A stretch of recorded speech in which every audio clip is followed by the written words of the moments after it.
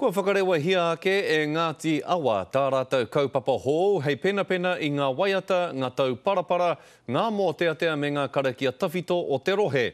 Arā, kia kore ai e ngaro.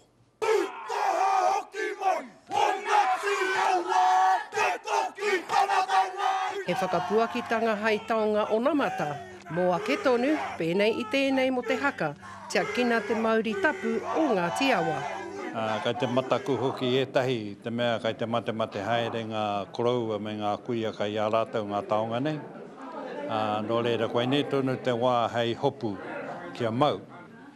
I te mea kai konei tonu etahi o ngā kaumātua e mōhiu ana. Ko tai mai ki tēnei reanga, kai te pātaitia Ngāti Awa ki aia anō, ka mate kaura rānei, i nei o ngā taonga i whakarere i honei o mātou pakeke. E noho nau i tōku taumata o te maunga o. Nā te noho marara o ngā uri whakaheke o Ngāti Awa, i pue ake ai te whakaaro, arā mā tēnei whakaaturanga e tae ai, te rongo o te whakahua o e nei taonga, hei whakamōheo atu ki ngā rohe o Iwike, no Ngāti Awa rātau. Kia kore e ngaro te reo, kia kore e ngaro ngā moa tea, ngā taonga tuku iho, e kōrero heake nei e tātou i tēnei ata.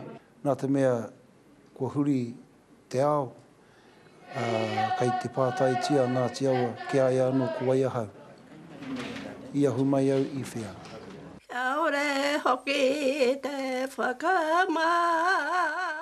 Nā te taurawhiri i tae ai, tūturu he taonga o Namata, e kore e ngaro. Ko Hinerangi Goodman, mō te karere.